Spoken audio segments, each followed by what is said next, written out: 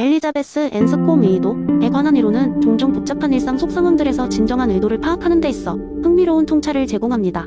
이를 더 잘 이해하기 위해 제임스라는 인물을 중심으로 벌어진 사건을 들어보죠. 한적한 마을에서 평범한 나날들을 보내고 있던 제임스는 그저 평소처럼 지역 상점을 방문하는 중이었습니다. 그는 금요일 저녁 친구들과의 만찬을 준비하기 위해 신선한 야채 몇 가지와 소고기 한 덩이를 사기로 마음먹고 가게에 들어섰습니다.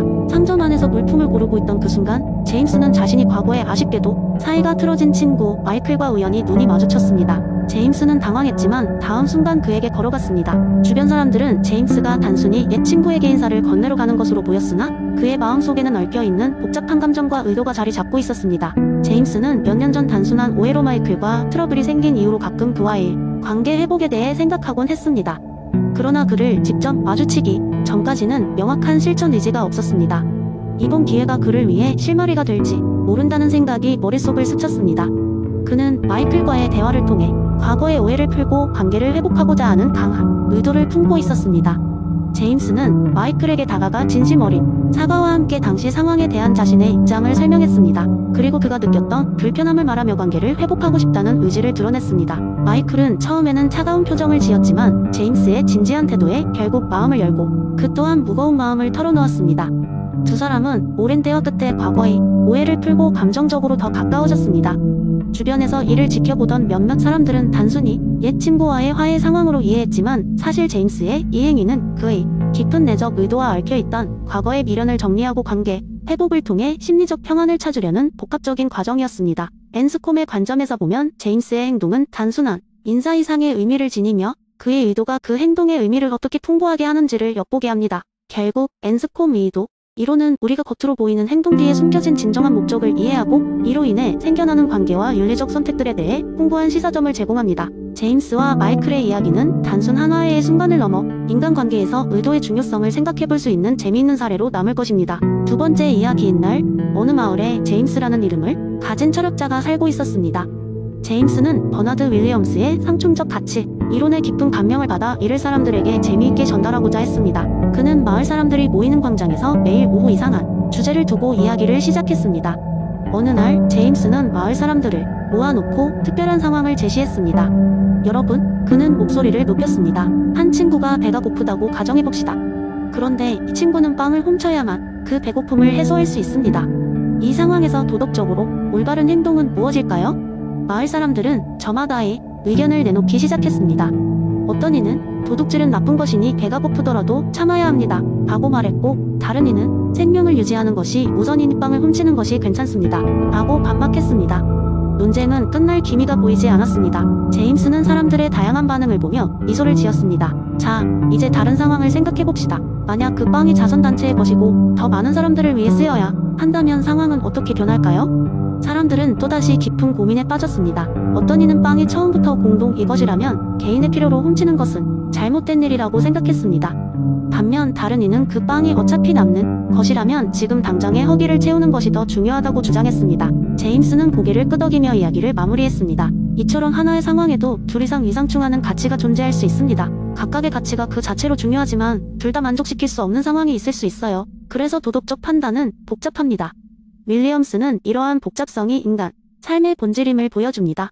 사람들은 제임스의 이야기를 듣고 각자 생각에 잠겼습니다.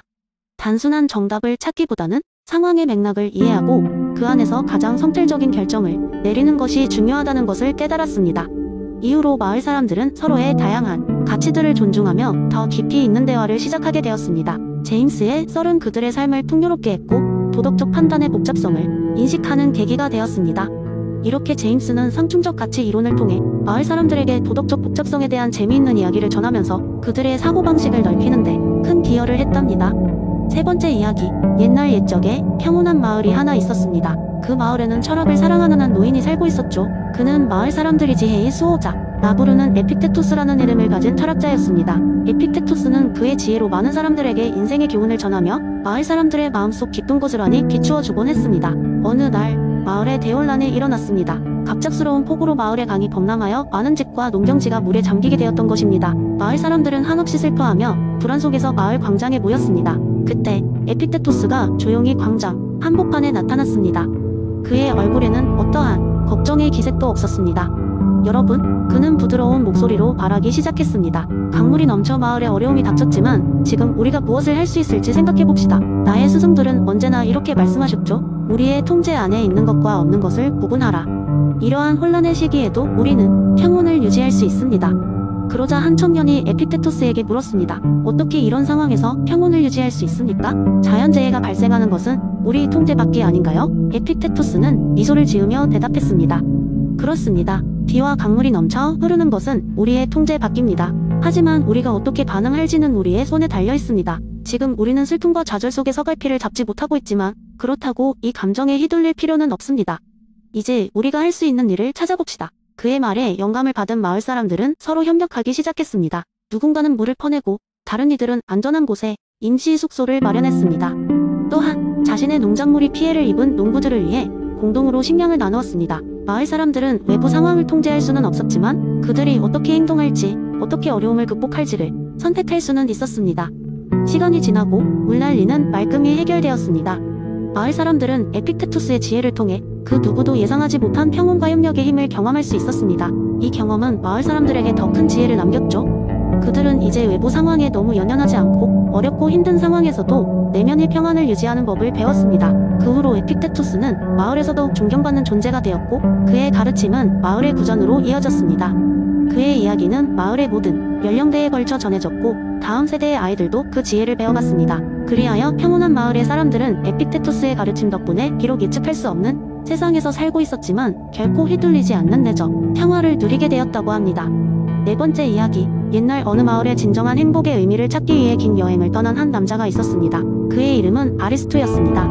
아리스토는 온갖 부유함과 권력, 명성을 가졌지만 여전히 무언가 부족하다고 느꼈습니다. 그는 진정한 쾌락이 무엇인지 깨닫기 위해 멀고 먼 길을 떠나기로 결심했습니다. 여행 중 아리스토는 수많은 사람들을 만났습니다. 어느 날 그는 높은 산속 작은 오두막에서 한 늙은 현자를 만났습니다. 그 현자는 바로 에피쿠로스의 철학에 깊이 심취한 사람이었습니다. 아리스토는 그에게 자신이 느끼고 있는 공허함에 대해 털어놓았습니다. 그러자 현자는 미소를 지으며 아리스토에게 이렇게 말했습니다. 진정한 쾌락을 찾고 싶다면 먼저 마음의 평화를 찾아야 합니다. 당신의 삶에서 가장 중요한 것들은 무엇인가요? 그것을 깨닫는 것이 첫걸음입니다. 현자는 아리스토에게 일주일간 그와 함께 머물며 간단한 생활을 해볼 것을 제안했습니다. 아리스토는 흔쾌히 동의하였고 과거의 호화로운 생활을 모두 뒤로 한 채 현자의 오두막에서 머물며 하루하루를 보내기 시작했습니다.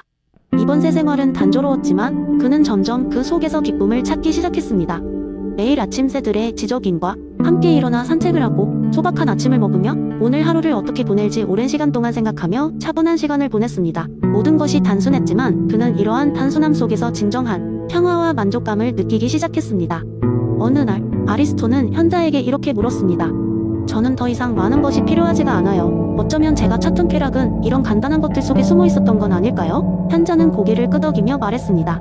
그렇습니다. 에피쿠로스는 기쁨이란 육체적인 것이 아니라 고통의 부재에서 오는 것이라고 했죠. 불필요한 욕망을 내려놓고 나면 진실로 원하는 것이 무엇인지 보일 때가 있습니다. 일주일이 지나 아리스토는 현자에게 작별을 고하고 집으로 돌아갔습니다. 그는 이제 자신의 삶을 다시 한번 돌아보며 꼭 필요한 것만을 남기고 불필요한 것들을 과감히 제거하기 시작했습니다. 그의 마음은 점차 고요해졌고 그는 자신의 존재 자체에서 오는 기쁨을 느끼며 살게 되었습니다. 아리스토는 이제 더 이상 외부에서 행복을 찾지 않았습니다. 그는 내면의 평화를 바탕으로 진정한 쾌락, 아타락시아를 찾은 것이었습니다. 많은 시간이 흘러가는 사람들에게 쾌락은 단순히 즐거움을 추구하는 것이 아니라 마음의 평온을 쫓는 것임을 설파하며 삶의 진정한 기쁨을 나누는 현자로 불리게 되었습니다.